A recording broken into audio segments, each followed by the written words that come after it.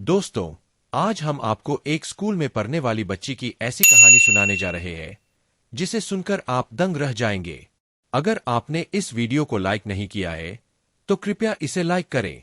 तो चलिए शुरू करते हैं।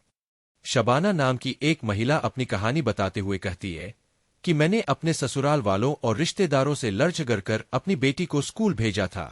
वे लोग उसकी पढ़ाई के खिलाफ थे, लेकिन कुछ दिनों से उसकी हरकतें बहुत संदिग्ध हो गई थीं। मैं दिन भर ताने सुनती, फिर भी उसे रोज स्कूल भेजती। मैं मेहनत करती ताकि उसके खर्चे पूरे कर सकूं।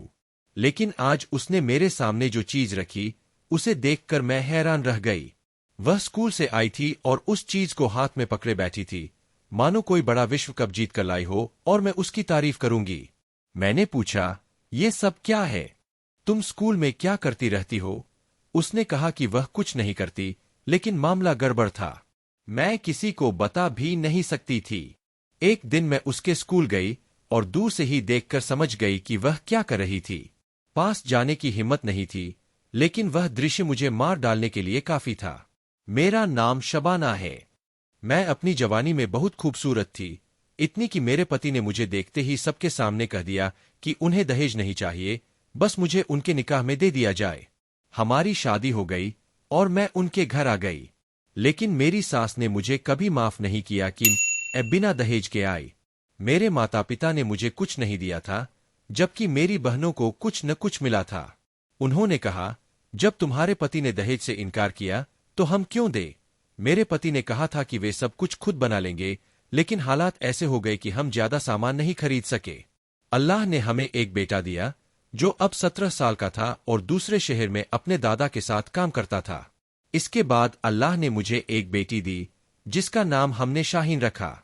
जब शाहीन ने 5वीं कक्षा पूरी की तो मेरी सास और अन्य रिश्तेदारों ने कहा कि अब इसे घर बिठाओ, इसे घर का काम सिखाओ, क्योंकि यह जवान हो रही है। लेकिन मैं चाहती थी कि मेरी बेटी कम से कम 12वीं कक्षा तक पढ़े।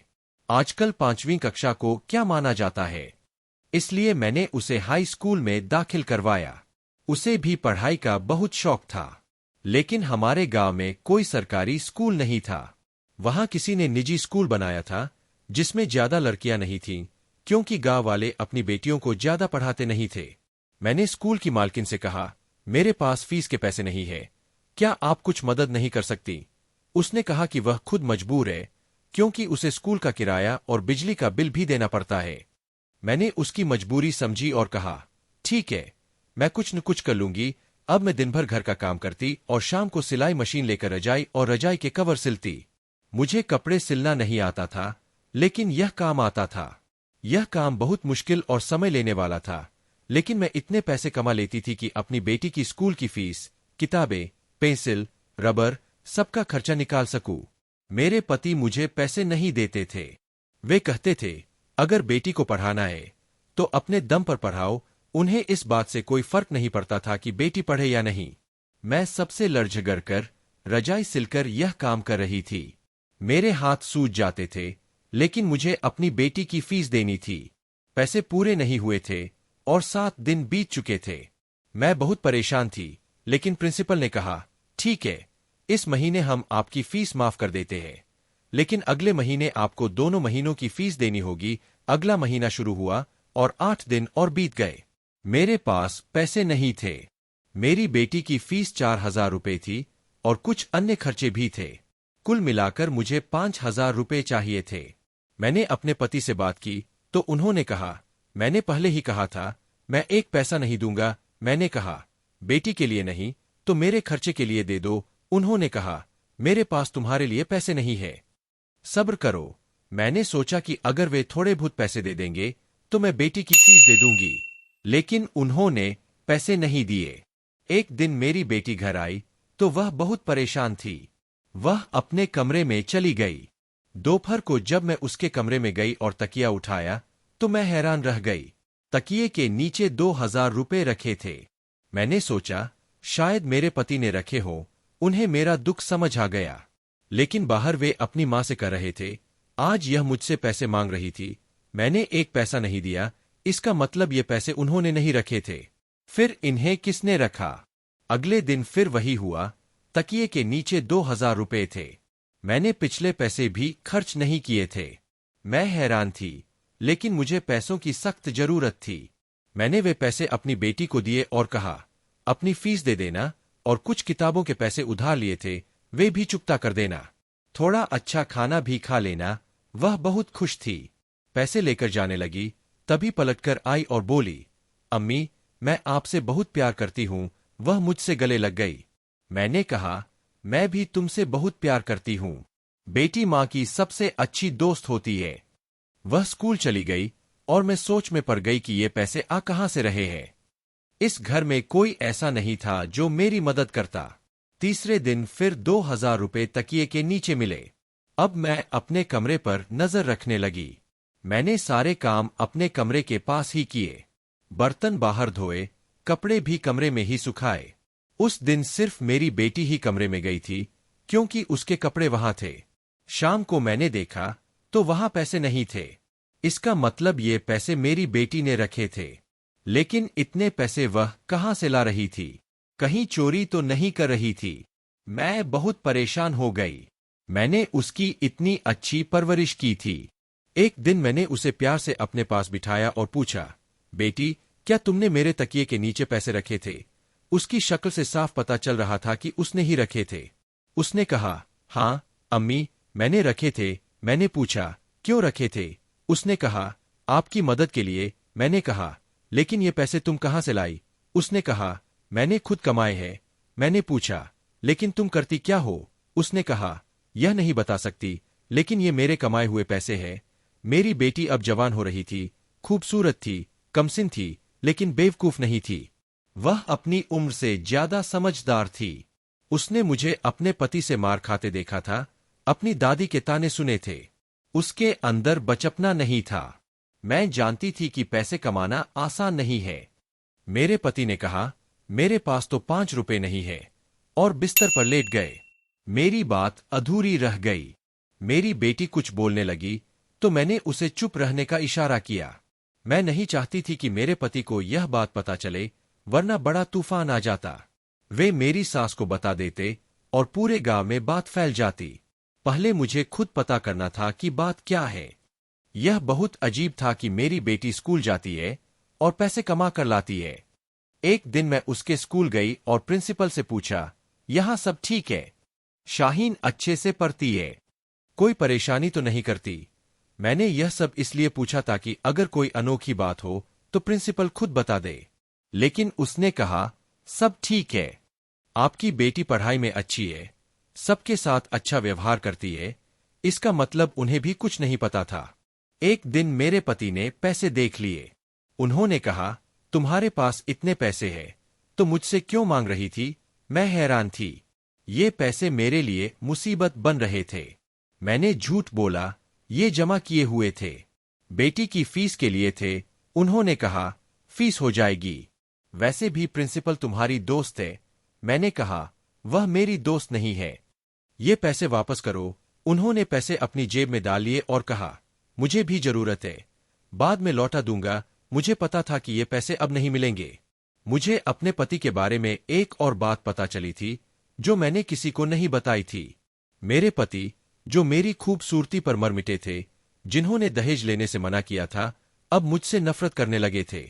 दरअसल उन्होंने दूसरी शादी कर ली थी, दूसरे गांव में। वे वहां जाते थे, उसका और उसके बेटे का खर्चा उठाते थे। मेरे बेटे को भी उन्होंने अपने इशारों पर नचा लिया था। वह भी मुझसे अच्छे से बात नहीं करता था और दूसरी माँ के घर जाता था। अब मेरे लिए इस दुनिया में अगर कोई अपना था तो वह मेरी बेटी थी। लेकिन मैं परेशान थी। यह गांव था जहां छोटी छोटी बातें जल्दी फैल जाती थीं।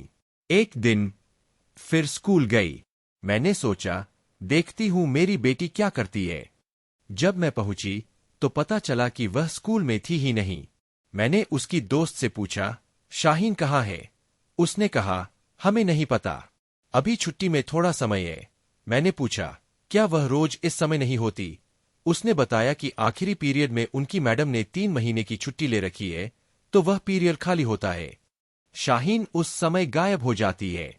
मैंने पूछा, तुमने यह बात किसी को बताई? उसने कहा, नहीं, शाहीन ने मना किया था, मैं और परेशान हो गई। मेरी बेटी कहाँ जाती थी? मैं उसे कहाँ ढूंढूं? उसकी दोस्त ने कहा, वह छुट्टी के समय वापस आ जाती है। आप यहीं इंतजार करें, मैंने कहा। नहीं, उसे पता चल जाएगा कि मैं उसके पीछे आई थी। मैं घर चली गई। शाहीन छुट्टी के समय अपनी दोस्त के साथ आई। उसने पैसे मेरे हाथ में रखे और कहा, अम्मी, आपने कहा था कि तकिए के नीचे न रखूं, नहीं तो बाबा देख लेंगे। मैंने उसे हैरानी से देखा। उसने पूछा, क्या हुआ अम्मी? मैंने कहा, कुछ नहीं। अगले दिन मैं फिर स्कूल गई। आखिरी पीरियड के समय मैंने देखा कि वह स्कूल की टूटी दीवार से निकलकर बाहर जा रही थी। मेरे हाथ पांव कांपने लगे। वह कहाँ जा रही थी? मैं उसके पीछे पीछे चली। वह एक घर में जा रही थी जिसे पूरा गांव जानता था। अगर किसी ने उसे वहां जाते देख लिया होता तो वह इतनी बदनाम हो जाती कि कोई उसे शादी नहीं करता। वह घर किन्नरों का था जो वहां रहते थे। वे दूसरे गांव में नाच गाना करते थे या किसी के बच्चे के जन्म पर बुलाए जाते थे। कोई उनके घर नहीं जाता था, नहीं उनसे मिलता जुलता था। मेरी बेटी वहां क्या कर रही थी? क्या मुझे अंदर जाना चाहिए था या अपने पति को बताना चाहिए था? लेकिन अगर मैं बताती तो वे शाहीन की पढ़ाई बंद कर देते और उस पर हाथ भी उठाते। मैं खुद अंदर चली गई। मैंने दरवाजे पर दस्तक दी। एक किन्नर बाहर आया जो मुझे पहचान गया। मैंने उसे धक्का दिया और अंदर घुस गई। सामने का दृश्य देखकर हैरान रह गई। मेरी बेटी वहां बैठी थी। मुझे देखकर वह घबरा गई। मैंने कहा, यहां क्या कर रही है तू? बोल, तेरा यहां क्या काम है? मैंने तुझे कहा था न कि अगर तूने कोई गलत हरकत की, मेरी इज्जत बर्बाद की, तो मैं तुझे कभी माफ नहीं करूंगी। तेरे लिए मैंने सबसे झगड़ा मोल लिया। तेरा बाप भी हमारा नहीं है। कोई मुसीबत आई तो सारा खानदान तालियां बजाएगा। मैं उसे थप्पड़ मारने लगी, तभी एक किन्नर ने मेरा हाथ रोक लिया। मैंने अपना हाथ छुड़ाया और कहा, तुम लोग मेरी बेटी के साथ क्या कर रहे हो? तब उसने मुझे ऐसी बात बताई कि मेरी आंखों में आंसू आ गए। मैं जमीन पर बैठ गई, जैसे मेरी रूह निकल गई। मेरी बेटी रो रही थी। किन्नरों ने बताया, आपकी बेटी हमारे पास काम करने आई थी। उसने कहा कि वह हमारे घर की सफाई करेगी। वह बहुत प्यारी बच्ची है। हम बुरे नहीं हैं। हम इससे सारा काम करवा सकते थे, लेकिन हमने पूछा कि तुम यह काम क्यों करना चाहती हो? हमें पता था कि यह आपकी बेटी है। उसने कहा, मेरी अम्मी मेरे लिए बहुत मेहनत करती है, लेकिन परेशान रहती है। रात को जब सब सो जाते हैं, तो वे दर्द से कराहती है। उनकी हड्डियों में दर्द रहता है, फिर भी वे अगले दिन फिर खड़ी हो जाती है। मैं उनके लिए कुछ करना चाहती हूं। उन्होंने बताया कि उनकी पुरानी नौकरानी ने काम छोड़ दिया था और शाहीन के स्कूल में काम शुरू किया था। वहां उसने यह बात सुनी कि किन्नरों के घर काम करने की जरूरत है। शाहीन उनके पास आई। उन्होंने कहा, हमने उसे मना किया कि हमारे पास तुम्हारे लिए काम नहीं है। अगर पैसे चाहिए तो हम दे देंगे, लेकिन उसने कहा कि वह मेहनत से पैसे कमाना चाहती है। उन्होंने उसे कुछ दिन काम करने दिया। फिर पता चला कि वह बहुत अच्छा मेकअप करती है। उन्होंने उसे मेकअप सिखाया और अब वह उनका मेकअप करती थी। वह 15 से 15 मिनट में सबको तैयार करती थी। बाहर से ऐसा मेकअप करवाने में हजारों रुपए लगते, लेकिन वे शाहीन को 2000 रुपए दे देते थे। मैंने अपनी बेटी को देखा तो हैरान रह गई। मेरी प्यारी परी ने यह सब कैसे सोचा? उन्होंने कहा, आपकी बेटी में टैलेंट है। यह ब्रश चलाना जानती है। यह पेंटिंग भी कर सकती है। आप इसे कभी हाथ न उठाएं। ऐसी औलाद सबको नहीं मिलती। मैंने अपनी बेटी को गले लगाया, उसके आंसू पोंछे। वह रो रही थी, जैसे उसने कुछ गलत किया हो। मैंने किन्नरों से कहा, अगर गांव वालों को पता चल गया तो बहुत बुरा होगा। उन्होंने कहा, यह बात कभी नहीं खुलेगी। आप ट्यूशन का बहाना करें, हम इसे हिफाजत से लाएंगे और छोड़ेंगे। मैंने कहा, ठीक है, मैं ऐसा ही करूंगी। मेरी बेटी यह काम करने लगी। मैंने घरवालों को कहा कि वह ट्यूशन जाती है। उन पैसों से मैं उसकी चीजें खरीदती, कपड़े बनवाती। मुझे अपने पति की दूसरी शादी का पता चल गया था। जब मैंने उनसे झगड़ा किया तो वे हमेशा के लिए अपनी दूसरी पत्नी के पास चले गए। कुछ समय बाद मेरा बेटा भी लौट आया, क्योंकि सौतेली माँ तो सौतेली माँ होती है। मैंने उसे सब बता दिया। उसे कोई परेशानी नहीं थी। अब हम तीनों एक दूसरे का सहारा थे। धीरे धीरे हमारे पास इतने पैसे जमा हो गए कि हमने अलग घर ले लिया।